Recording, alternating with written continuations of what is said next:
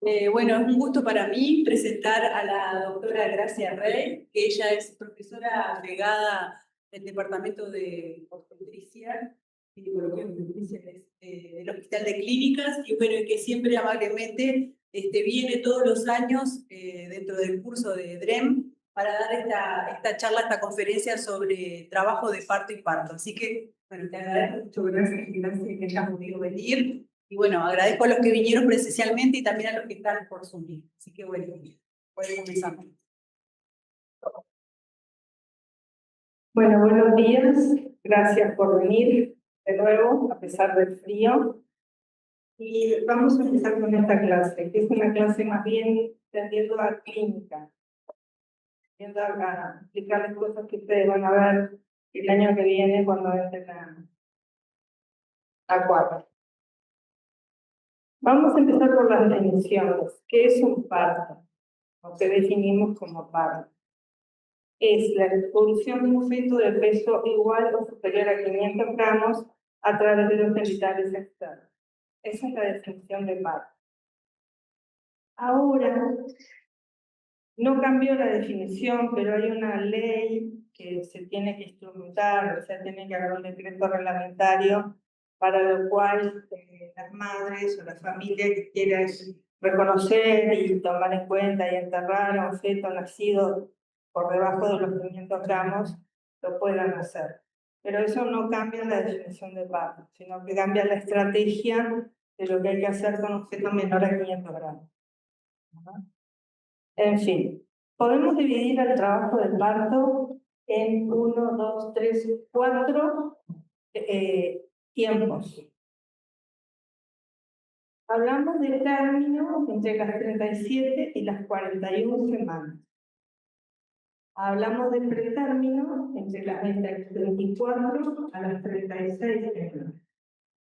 Hablamos de parto inmaduro cuando es entre las 21 y 23 semanas. Y acá voy a hacer un impasse para explicarlo. ¿Por qué eso de 21 a 23 semanas? Porque en realidad en ese momento el peso del feto es mayor a 500 gramos, ¿verdad? Entonces, si por ejemplo hay alguna complicación que determine, por ejemplo, que se rompan las membranas entre las 21 y las 23 semanas, la conducta ahora no es como la de antes, porque los fetos de 700 a 800 gramos sobreviven. Entonces, por ejemplo, en ese caso de la rotura de membranas tomamos una conducta expectante, no inducimos el parto. Salvo que el parto se venga dando con la rotura de membranas, si no, si la membrana, el útero está quieto y no se contrae, lo dejamos y con antibióticos a esperar a ver cuánto aguante. Esas cosas han cambiado desde que cuando yo empecé, que se salvaban los de 1 kilo. De ahí para arriba, menos de 1 kilo, no. Ahora está pudiendo salvar, está pudiendo reanimar y llevar a madurar fetos de 700, 600 gramos. Por eso es 21 a 23 semanas. No importa tanto la semana, sino el peso fetal estimado por ecografía. Y el posttérmino es el embarazo que lleva después de las 41 semanas. Ahí dice 42 o más, pero no, es después de las 41 semanas. Cumple las 41 semanas, todavía es término. 41 semanas y 6 días, ese es el término. Después de las 41 semanas y 6 días pasamos al posttérmino. ¿Y cuál es la diferencia entre el posttérmino? ¿Por qué hacemos tanto hincapié en el posttérmino? Porque el embarazo está programado para durar 40 semanas. Hay un periodo, como ustedes vieron, entre las 37 y las 41. Pero entre las 41 y después hay factores que pueden influir en una mala evolución de ese feto, como la restricción del crecimiento intrauterino, porque la placenta no le da suficiente flujo sanguíneo, o al revés, demasiado crecimiento, cosa que puede dificultar el parto, y estos bebés de posttérmino son tan lábiles como los bebés de pretérmino. Después vamos a hablar un poco de esa labilidad que tienen estos fetos. Luego, ¿esto se entendió? ¿Sí? Tenemos por debajo de 20 semanas, lo llamamos aborto. Y ahí nos queda una cuestión, como les dije, entre las 21 y las 23, lo que significaría el parto inmaduro. Y ya les expliqué por qué. En cuanto a la definición teórica del parto, es el conjunto de fenómenos fisiológicos que tienen por objeto la salida de un feto vivo a través de los genitales externos. La definición operativa, que significa cuando una mujer está en trabajo de parto, es cuando presenta un patrón de 3 a 5 contracciones uterinas dolorosas en 10 minutos de buena intensidad y duración y o la presencia de 3 o más centímetros de dilatación cervical progresiva. ¿Por qué progresiva?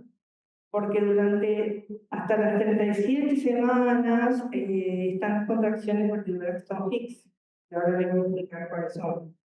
Y de las 37 hasta que el bebé nace, la madre empieza a tener contracciones tipo parto. Esas contracciones tipo parto pueden llevar a que el cuello se dilate. Pero si esa dilatación no es progresiva, no significa que estemos en trabajo de parto. ¿Se entiende? La dilatación tiene que ser progresiva. Y las contracciones tienen que ser en esa frecuencia, entre 3 a 5 contracciones en 10 minutos. Creo que ahora vamos a hablar un poco. El parto se divide de dos maneras. Por su inicio, que puede ser espontáneo, cuando se desencadena solo. La señora está en su casa, empieza con contracciones cada vez más frecuentes, se va al hospital, a la mutualista, donde quiera que sea, y ahí le constatan que está en trabajo de parto. Ese trabajo de parto de inicio es espontáneo. Ahora bien, cuando hay necesidad de sacar ese feto de una vez de dentro de la madre por distintas circunstancias, por ejemplo, esté con una preeclampsia, que es un estado hipertensivo del embarazo, cuando sube la presión, pero además hay alteración de órganos blancos como el riñón, el hígado, el corazón, el pulmón. Entonces nosotros ahí tenemos que inducir el parto. Por eso se llama parto inducido. También tenemos que inducir el parto en el caso de que haya, por ejemplo, un embarazo mayor a 35 semanas con roturas prematuras de membranas. Y también si hay otras condiciones que afecten la salud materna o la salud fetal. Por ejemplo, esto puede tener un crecimiento restringido y estar cayendo en los percentiles de crecimiento, entonces tenemos que actuar y sacar ese feto porque ese útero no le está haciendo bien al bebé. Bien. ¿Cómo inducimos? Bueno, usamos técnicas para madurar el cuello, porque en realidad el cuello durante el embarazo tiene 3 centímetros de longitud, está posterior, ubicado hacia atrás. No tengo para dibujarlo, pero está hacia atrás. Si uno entra con los dedos en la vagina, lo va a encontrar al fondo de atrás, cuello. Está reblandecido, pero está cerrado. ¿De qué manera nosotros podemos viabilizar ese cuello para que sea útil, para que se dilate? Hay varias maneras. Una de ellas son las prostaglandinas, que se utilizan igual que en el aborto, pero en este caso es para inducir contracciones. Y la otra es colocar, si el cuello está permeable, una sonda. Esa sonda ahí colocada ayuda a que el cuello se empiece a dilatar. Y una vez que estamos con un cuello favorable, ¿verdad?, acortado, dilatado, más centrovaginal, ahí colocamos la oxitocina. La hormona oxitocina es una hormona que segrega la neurohipófisis y que se segrega solo frente a la presencia del inicio del trabajo de parto y en la lactancia. Por eso nosotros podemos usar esa hormona en forma médica ¿verdad? Porque la neurohipófisis la empieza a segregar en cualquier momento del embarazo.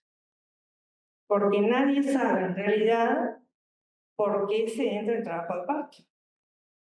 Hay un extenso tiempo para entrar en trabajo de parto, pero nadie sabe por qué ni cómo. Sí, lo que se sabe es que la secreción de oxitocina aumenta. ¿Qué es lo que la hace aumentar? No sabemos. Entonces, podemos usar la oxitocina en un goteo, ¿tá? En un suero, con una bomba de infusión, que marque cuántas gotas queremos que pase por minuto, y ir subiendo ese goteo hasta obtener por lo menos las 3 contracciones en 10 minutos. ¿tá? Esa es una de las formas de inducir el parto. Es la forma. Lo primero es madurar el cuello. Lo segundo es inducir las contracciones. ¿Hasta ahora vamos bien? ¿Sí? Bien. Y también tenemos cómo es el parto, cómo se desarrolla. El tóxico es el que evoluciona con todos los parámetros dentro de los límites fisiológicos. Esto nos habla un poco de cómo está colocado el feto. El feto tiene su cabeza abajo, en el útero, su cola arriba, y el dorso puede estar a derecha o a izquierda. Sí. Hay una situación, el eje mayor del feto coincide con el eje mayor de la madre y con el eje mayor del útero, podemos decir que ese feto está en situación longitudinal. De acuerdo a donde tenga la cabeza, si la tiene abajo o si la tiene arriba, podemos decir cuando la tiene abajo que está en cefálica, y cuando tiene la cola abajo decimos que está en podálica. Y el dorso a derecha e izquierda nos puede hablar de la posición. ¿Cuál es la situación eutóxica? Cuando el feto está en situación longitudinal, presentación podálica, posición derecha o izquierda. Cuando está paraeutóxica es cuando está en podálica, que significa que puede tener un parto, pero con mayor mortalidad en lo que tiene que ver con el desarrollo de ese parto. En una época se hacían partos en podálica. No había mucha restricción al respecto. Pero después de un estudio que se hizo por ahí por el 2000, en el que se hizo una prueba entre las mujeres que tenían parto o las podálicas, ¿no? o cesáreas, se vio que había un aumento de una mayor incidencia de malos resultados en los embarazos que terminaban por parto podálico. Entonces, desde ahí, salvo que vengan haciendo, que vengan con las patitas ya salidas, se hace una cesárea. ¿tá?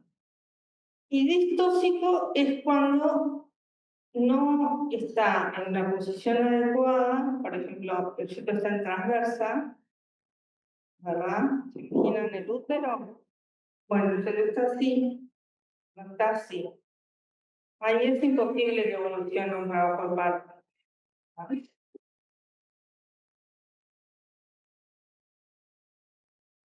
Bueno, el trabajo de parto consta de fenómenos activos, que son las contracciones y los pujos, y los fenómenos pasivos, que son el desarrollo del segmento, el desbordamiento y dilatación cervical, la dilatación de la cúpula vaginal, la expulsión de los limos, la formación de la bolsa de agua y la ilustración del canal blando de parto. No se alteren, pero vamos a ir hablando de cada una de ellas. ¿tá? Bueno, acá lo tenemos. Como ven, ahí tenemos. ¿Con cuál tengo para señalar? No pasa nada. Acá lo que vemos es lo que está pintado de azul, que es el cuerpo uterino. Lo que está pintado de rojo es lo que llamamos segmento, que es lo que en un útero no grávido se llama istmo, que durante el embarazo se va dilatando, se va aumentando de tamaño, y que luego está a continuación del cuello y la vagina. El medio está. Porque que los del Zoom no veo. Bueno, no me lo del Zoom. O sea, que señalen acá con él. con el mouse. Ok, yo señalo acá, este es el cuerpo uterino, este es el segmento uterino, acá tenemos el cuello uterino, acá tenemos la vagina y los genitales externos. Vamos a mostrar a los del Zoom, si es que hay alguien. Acá, lo azul es el cuerpo uterino, lo rojo es el segmento, lo amarillo es el cuello, después viene la vagina. ¿Está? El cuerpo uterino es el motor, es el que va a desencadenar contracciones que van a llevar a un parto.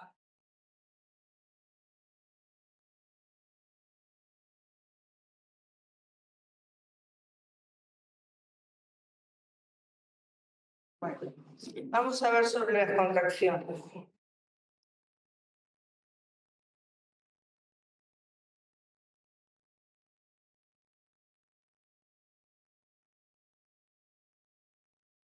Tenemos lo que llamamos tono basal, que es lo que está primero, que es cuando nosotros presionamos el útero grávido y podemos, de alguna manera, bajarlo. Empujamos y el útero nos permite, de alguna manera, profundizar la maniobra. Ese es el tono normal, lo que llamamos tono normal. Cuando el tono está aumentado, el útero está como una piedra y no se puede deprimir el útero. ¿Tá? Pero lo normal, fuera del trabajo de parto, es que el útero tenga su tono basal. Es el producto del estado de semicontracción muscular, de las filas musculares lisas del útero, y una presión más baja, y la presión más baja entre las contracciones. O sea, volvemos a tener tono a pesar de las contracciones. Acá lo pueden ver. Acá tenemos las contracciones, y entre contracción y contracción, el útero vuelve a su tono normal. Gracias. ¿El tono basal se cambia a lo largo del desarrollo del embarazo? ¿Puede cambiar o no? Si no, el tono del útero siempre es el mismo. ¿Ah? No cambia, siempre es el mismo. Ya. Incluso entre las contracciones de parto, el tono sigue siendo el mismo. Si aumenta el tono, no, estamos frente a una hipertonía. Y cuando hay una hipertonía es una patología. Hay algo que no anda bien. Generalmente cuando vemos una hipertonía, un útero que no se deja de contraer, que está como espástico, duro, y tenemos un desprendimiento de placenta, en general. ¿Ah? Pero el tono en general no varía, salvo que medie alguna patología. Y después tenemos la intensidad de las contracciones uterinas. La intensidad es el aumento de la presión intrauterina causada por la contracción. En el parto oscila entre 30 y 50 milímetros de mercurio. La amplitud o duración, el tiempo que dura la contracción, es donde la presión intrauterina se eleva por encima del tono. Lo pueden ver acá, cuando se eleva por encima del tono. Después de esa elevación, tiene una fase de relajación lenta, que es unos 45 segundos, y después vuelve al tono basal. La frecuencia es el número de contracciones que tenemos en 10 minutos. Podemos tener lo normal entre 3 y 5 en 10 minutos. Si tenemos más de 5, estamos ante una hiperdinamia que no es nada bueno. No. Es que el útero se contrae demasiado. A veces puede ser iatrogénico cuando nosotros lo estamos estimulando con la oxitocina. ¿Qué hacemos? Entonces ahí tenemos que bajar el goteo de oxitocina para que el útero no se contraiga tanto. Porque ¿qué pasa? En esas contracciones, al contraerse el útero, disminuye el flujo útero-placentario. ¿Perdón? No, decir. Falta sangre en el feto si esas contracciones son más de 5. Exacto. Si tenés. Como que no es lo suficientemente fuerte como para usar. Claro. Tenemos entre 3 y 5 contracciones en 10 minutos. En cada contracción, el feto queda en una situación de hipoxia momentánea. En ese minuto y medio que dura la contracción, el feto no recibe sangre. Pero si es un feto sano, se recupera cuando empieza a bajar la contracción y llegar al tono basal. Si tenemos muchas seguidas, por ejemplo 7 u 8, el feto no tiene tiempo de recuperarse. Entonces podemos llegar, eso se llama polisistolía, podemos llegar a tener un sufrimiento fetal. Por eso cuando uno coloca inducciones, uno tiene que estar cerca de la inducción. No tiene que estar en el cuarto tomando mate, sino que tiene que estar cerca del monitor viendo cómo son esas contracciones. ¿Está? El obstetra es uno de los médicos más estresados de toda la gama de médicos que existen, porque es el único médico que tiene 2 pacientes. Y lo que espera la gente de ahí es que salgan los 2. Entra una, salen 2. La gente no espera malos resultados. Hoy en día, antes la gente tenía 12, 13 hijos y se morían algunos. No había parto en el domicilio, no había métodos anticonceptivos. Yo que sé, mi abuela tuvo 12 hijos y hubo 4 más que no sobrevivieron. Estoy hablando de hace mucho tiempo. Pero ahora la gente tiene un hijo, con suerte 2, una maravilla, y quiere que todo salga pipí cucú. O sea, no quiere ningún problema. Entonces, cuando hablan de que se hacen muchas cesáreas, de lo que habla todo el mundo del número de cesáreas, es que si una familia, una mujer te pide una cesárea, te pide, te ruega, te presiona, y vos no se la haces, y el resultado es malo, a vos te van a demandar. Y es una de las cosas que aparece muy frecuentemente en nuestra especialidad. Por eso un profesor mío me decía, a problemas difíciles, soluciones fáciles. Nadie te va a jugar por hacer una cesárea. Sí te van a jugar por no haberla hecho. Entonces, el ginecobstetra se enfrenta a la paciente, a la pareja, a la familia, están todos ahí en la vuelta en el cuarto médico esperando a ver cuándo nace, qué nace, por qué no nace, está dilatada, no está dilatada, por qué no le hace cesárea, doctora, para que no siga sufriendo. Y necesariamente tiene que sufrir la mujer en trabajo de parto. No, ¿por qué no? Es un proceso y he escuchado sobre el parto sin dolor. El parto sin dolor automático, así espontáneo, no existe. El parto duele. El parto duele. Sí. Tanto emocionales como previas, para que las partes ya por experiencia. ¿Cuáles son? Por ejemplo, la central, para aliviar el dolor, o para de las parteras, para una conducción emocional. Y no sé, o sea, ¿qué es sobre la violencia dentro de violencia obstétrica? Que es lo que se está intentando actualmente mejorar. Y también eso. Se habla mucho de violencia obstétrica, sí. Es un tema complicado ese tema, no es fácil de abordar. Porque ¿qué es violencia obstétrica? Violencia obstétrica es permitir un parto en domicilio en un país que no está preparado para tener partos domiciliarios. Pero mucha gente piensa que sí. Eso piensa que es el síndrome de la túnica blanca, que viene el todopoderoso y dice lo que hay que hacer. Pero a veces el médico sabe lo que hay que hacer. La mujer no quiere que la rompan membranas, quiere estar con las membranas íntegras todo el tiempo, pero ella lleva 6 horas con las membranas íntegras y el parto no avanza. El ginecólogo tiene que romper las membranas.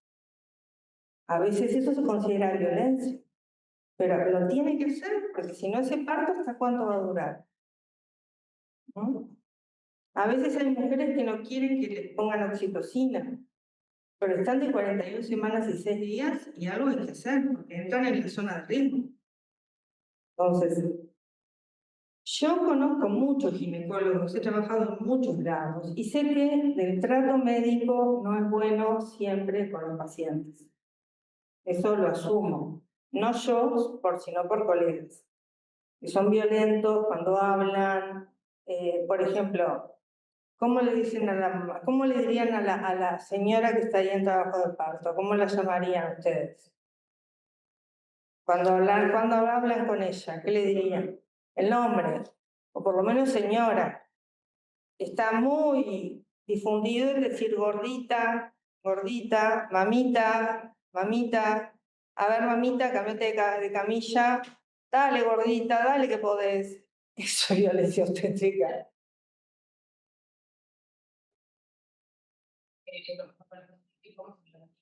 Exacto.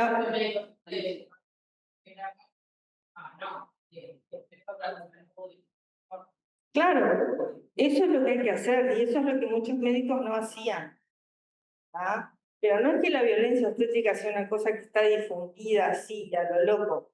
Habría que hacer un estudio sobre qué ginecólogos tienen esa actitud violenta, habría que hacer una encuesta de salida de los lugares donde hay partos, pero creo que no se ha hecho nunca eso. Pero en realidad lo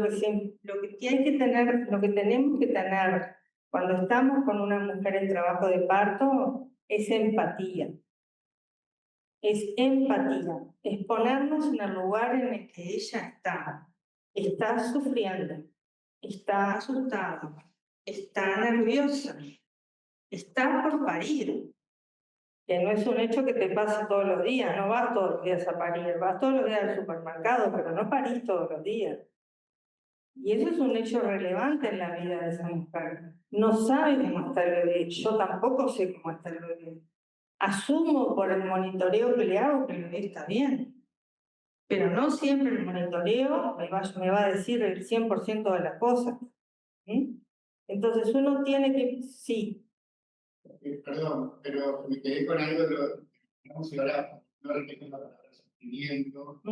Yo de alguna forma separo dolor y sufrimiento. El dolor sabemos que el parto contra dolor es una experiencia más dolorosas que experimentar la mujer.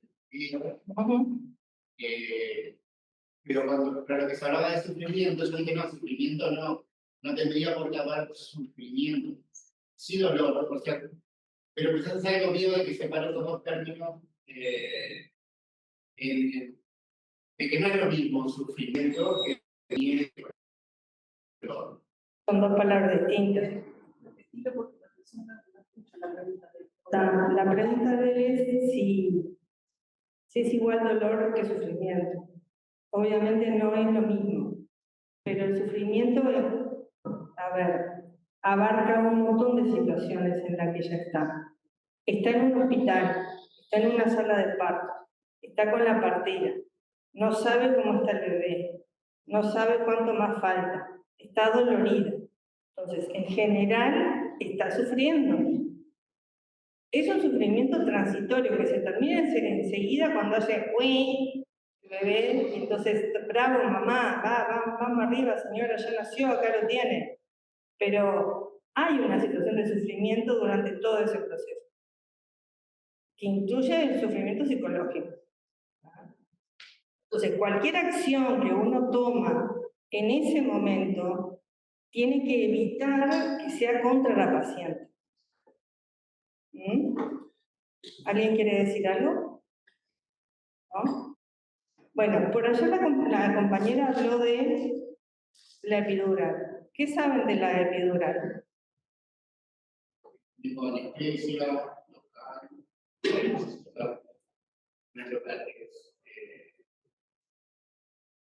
facial, desde la parte lumbar hacia los inferiores, o sea que también explican todos los nervios pélvicos. Es una anestesia que se usa se puede usar en diferentes maneras, pero para cirugía, por ejemplo, se puede hacer raquidia o epidural. Y las dos tienen como objetivo bloquear el dolor, que el parto sea sin dolor. hasta el momento del nacimiento. ¿Y qué más saben de la epidural? Es 100% efectivo, porque hay casos que dicen que se da pero yo necesito es efectiva, la compañera preguntó si es 100% efectiva. Es efectiva, pero en algunos casos no alcanza, porque sería una dosis menor de la esperada, o la paciente tiene un umbral del dolor muy alto, pero en realidad es una forma efectiva, muy efectiva de calmar durante el parto. Tiene dos años. ¿Mm? Hay un riesgo. Sí.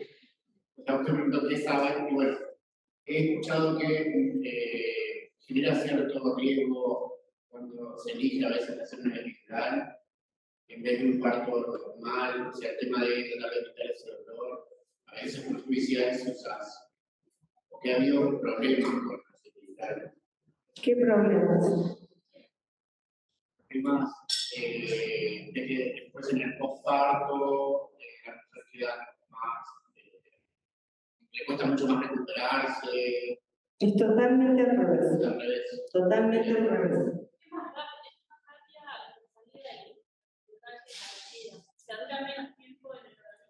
Digamos que el dolor bloquea mucho la salida del feto. Porque si vos tenés una mujer colgada gritando, está sufriendo, está estresada, muchas veces la dilatación no es tan rápida como esperamos. En cambio, cuando hacemos la epidural, la mujer está relajada y el patrón de contracciones es adecuado, entonces esa mujer la va a pasar mejor y el parto seguramente sea más corto.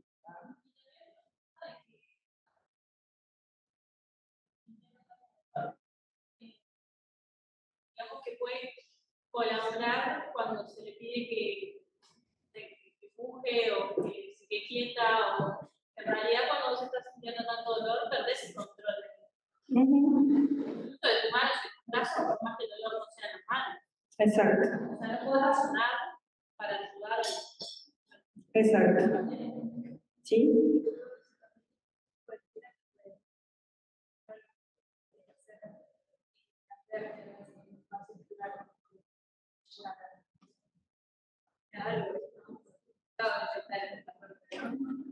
Bueno, los anestesistas saben. Ellos lo hacen. Yo no, pero ellos lo hacen. Y lo hacen bien. Porque, claro, porque nunca es uno solo, siempre hay dos. Sí. Pero no puedo decir que no te pueden afectar alguna. De contracciones, como cada cierto tiempo, para poder llegar a la cabo. No es que te calman el dolor en todo el trabajo de parto, sino en la parte como más. No, tenés que tener entre 4 y 5 centímetros para que la necesita te haga la epidural. Bueno, acá tenemos todo esto y yo les pregunté por la epidural, pero quería preguntarles si saben si a todas las mujeres en el país se les aplica la epidural. Allá hay una que me dice que no.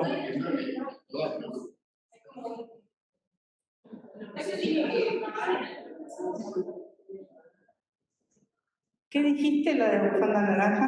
Si hay unos requisitos para no sé, en cuanto a salud de la mujer, no sé. En general no es por eso. Se puede elegir, ¿no?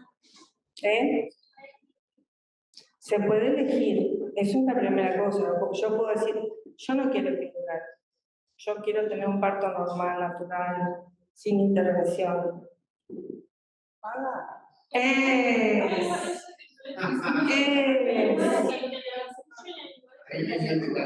Ahí está la madre de la otra. Es paga, o sea, no es brindada como una prestación durante el parto, salvo en 2 o 3 instituciones de Montevideo. ¿No? Las dos públicas, que es el Hospital de Clínicas y el Pereira, también la brindan. El Hospital de Clínicas las 24 horas y el Pereira Rosell creo que hasta las 20. Y eso está bien. Es una injusticia. El problema de salud pública Es un que las mujeres, por su contexto socioeconómico, no puedan acceder a los mismos niveles de atención médica. exacto.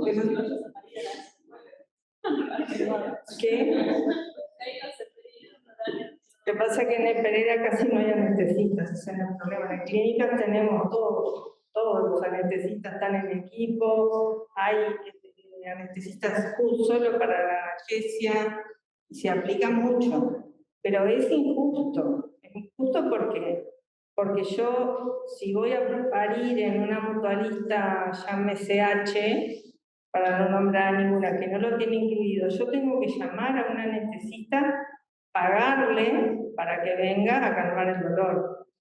Y si yo no tengo plata, voy a estar jodida, mal y pronto, ¿no? Entonces debería ser un problema de salud pública, un problema a impulsar en el Parlamento y en el Poder Ejecutivo y en las sociedades médicas, impulsar que la analgesia del parto esté dentro del control de embarazo. Como lo No, no es violencia obstétrica, eso es violencia económica. Eso es la diferencia social que existe en este país. Si sos pobre, recibís la atención de pobres. Si sos rico o tenés plata, recibís la atención de la gente que tiene plata. Eso a nivel de educación, salud, justicia, es así. Sí. O sea, más allá de lo que estamos hablando, que estamos 100%, que debería ser abierta para todos, que debería ser parte de la conversación. ¿Cuándo se podría considerar que no es necesario dar una epidural a una mujer? ¿Cuando hay una dilatación mayor a cierta cantidad? Si ya está con 9 centímetros, ya ni es necesario darla.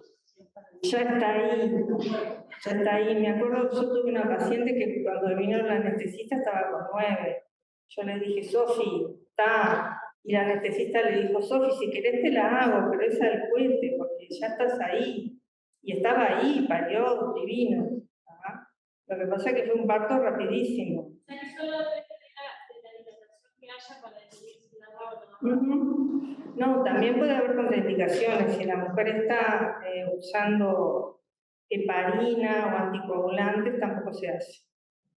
Porque se corre el riesgo de que sangre en el espacio peridural, epidural y que cause problemas.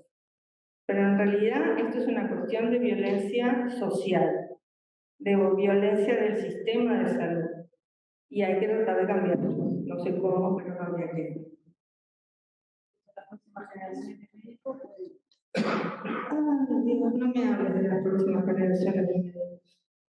Porque espero que cuando lleguen allá estén con la empatía y la necesidad de conocer al paciente y de tratar al paciente y de sentir que el paciente es una persona, no un objeto de estudio. Bueno, entonces volvemos a las contracciones. ¿Cómo se habla de la actividad uterina? Intensidad por frecuencia, eso nos habla de la actividad uterina, que es, esto fue descubierto por 2 investigadores uruguayos a principios de los 60, que son Caldeiro Barcia y Hermógenes Álvarez. Allá está la foto de estos 2, que fueron los que investigaron las contracciones y se dieron cuenta cómo era el nivel de cada una de ellas durante el trabajo de parto. Hacían investigación durante el trabajo de parto. En esa época no había muchos comités. Creo que hoy nadie nos dejaría hacer eso, pero en fin. Lo hicieron y descubrieron los diferentes tipos de contracciones que hay. Por ejemplo, el dolor durante la menstruación no es me duelen los ovarios. El dolor durante la menstruación es me duele el útero, porque lo que se está contrayendo es el útero. O sea, no duelen los ovarios, es lo común que uno escucha decir. Duele el útero. ¿Qué? Claro, en realidad las contracciones uterinas durante la menstruación que existen duelen. No duelen como una contracción de parto porque el útero es una cosa más chiquita, pero duele. Acá tenemos el útero grávido, hasta las 30 semanas. Tiene las contracciones tipo A, que son las contracciones de Álvarez. 2 a 4 milímetros de mercurio, locales, no se perciben. Después tenemos, después de las 30 semanas, las contracciones de Braxton Hicks, que son de 10 a 15 milímetros de mercurio, abarcan mayor área, pueden ser 1 por hora, pero más frecuentes a medida que llegamos al término, percibidas cuando superan los 10 milímetros de mercurio sobre el tono. La duración clínica es menor a lo real, no son dolorosas, a veces molestan, y lo que tiene es que no son totales, se dan por áreas, ¿verdad? No se contrae el útero todo junto, se contrae por áreas. Y molesta, pero no duele. Y esas contracciones empiezan a aparecer después de las 30 semanas aproximadamente y no nos preocupan porque son totalmente normales.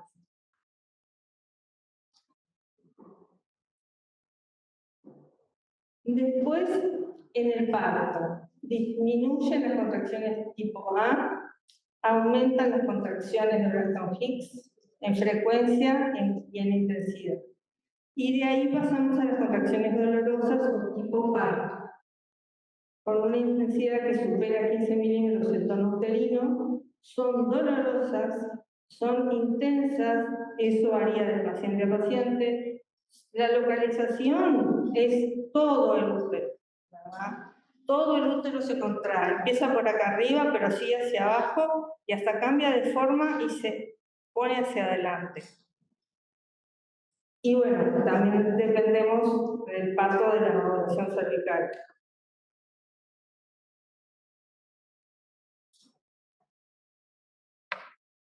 Entonces, acá tenemos las contracciones en el momento del parto. Se inicia con una dinámica de 3 o más en 10 minutos, puede llegar a alcanzar los 30-50 milímetros de mercurio. En decúbito lateral son menos frecuentes, pero más intensas. De pie son igual de frecuentes, pero más intensas y eficaces. Y la actividad uterina es de 120 a 250 unidades montevideo. En el expulsivo, agregamos los pocos. ¿Ah? Esta es la forma de la contracción. Acá tenemos durante el embarazo, en el preparto las Braxton Hicks y en el trabajo de parto las tipo parto. ¿Ah?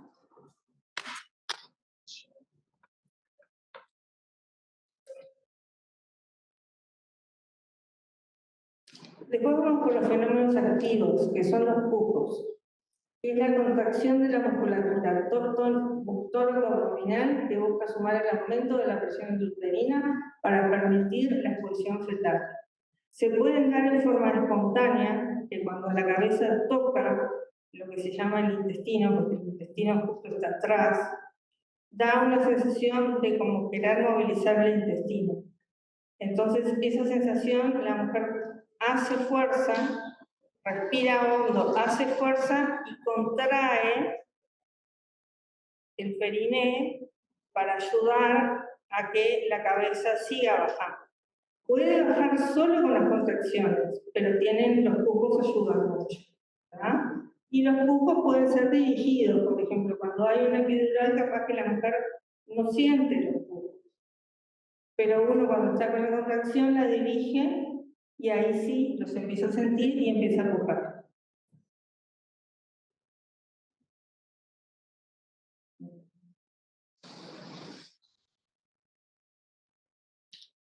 Estos son los fenómenos pasivos. La formación del segmento inferior, que ya les expliqué hoy, que era el istmo, ¿se acuerdan? Del útero no grávido, que se va extendiendo y haciendo más fino, porque en ese lugar hay menos fibras musculares y más fibras de colágeno. Entonces, al haber menos fibras musculares, se puede distender el tejido. El borramiento y dilatación del cuello también es un fenómeno pasivo que ocurre a raíz de las contracciones. La expulsión de los limos, ¿qué son los limos?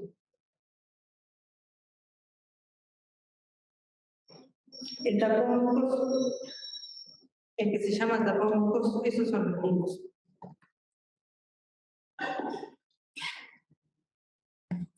Es ahí que se forma la bolsa de aguas y la cabeza fetal que va a ir pasando por un canal óseo, que creo que ahora les voy a mostrar, también se remodela.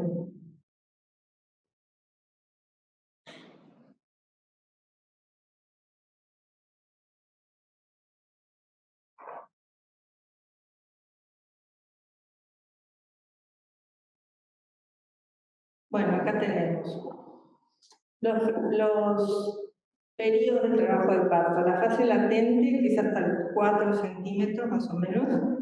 La fase activa. Y el segundo periodo es la dilatación completa de los 10 centímetros hasta el nacimiento y se llama expulsivo. ¿Tá? Y el tercer periodo es del nacimiento al alumbramiento, que es cuando sale la placenta. Por eso cuando escuchen a los periodistas que dicen que hubo un alumbramiento en un taxi, en realidad lo que hubo fue un parto. El alumbramiento es una parte del parto, es cuando sale la placenta. Bueno, y después el puerperio, que es desde el alumbramiento hasta las 6 semanas de parto. En el puerperio inmediato, o sea, cuando sale la placenta, es el periodo más importante a vigilar, porque es el periodo donde puede haber sangrado. Donde puede pasar que el útero no se contrae, que hayan quedado restos o otras cosas, que entonces el útero queda atónico, no se contrae, la mujer sangra y estamos con un gran problema. ¿Tá? Tenemos que dar uterotónicos, hay diferentes tipos de uterotónicos, podemos usar oxitocina, podemos usar misoprostol, podemos usar otro más que el nombre comercial no me acuerdo, pero podemos llegar a tener que operarla para un esterectomía. Si el útero no se contrae en el puerperio y la mujer sangra mucho.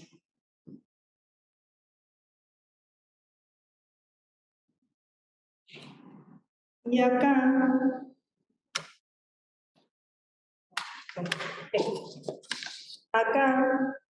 ustedes pueden ver, este es un corte longitudinal de una paciente embarazada. Acá ustedes pueden ver el feto, el polo podálico, los brazos, la espalda, y pueden ver acá cómo sale la cabeza. La cabeza no sale así derecha, sale media de costado y después se endereza. ¿Tá? Porque tiene que pasar por todo este canal óseo que hay por acá, y que eso es lo que determina que yo, cuando lo tengo ahí en las dos manos del ginecólogo, lo que hago es tirar un poco de la cabeza para abajo para que salga el hombro anterior, lo levanto para que salga el hombro posterior y después el resto sale solo. Y ahí escuchamos el güey, está todo bien, felicidades, nos sentimos todos contentos, la mujer está contenta, el papá, la familia afuera, el anestesista, todos los que están ahí estamos contentos porque el bebé nació bien y le preguntamos qué nombre le va a poner, esperamos que salga la placenta, si hubo desgarros hay que suturarlos, a veces hay episiotomías que son necesarias, a veces no se hacen y entonces tenemos desgarros. ¿Cómo se decide si hacer la episiotomía? O bueno, eso depende de cuánto se distienda el periné. ¿Cuánto se distienda el periné? Si el periné se distiende bien y vos ves que la cabeza va a pasar y que no va a romper mucho, dejás que pase la cabeza. No, a veces, muchas veces no, la mayoría de las veces no, o son pequeños desgarros. Lo otro es hacer como hacíamos antes, episiotomía. a veces el desgarro rompe menos que lo que cortaría esa episiotomía. O más, depende del desgarro. Pero ahora estamos en una época en la cual se trata de hacer episiotomía restrictiva y no generalizada como hacíamos antes. Restrictiva es aquellas que consideramos que lo necesitan. Y generalizada era como cuando yo me formé, era a todo el mundo episiotomía. No se salvaba ni la que había tenido 5 hijos antes. Sí.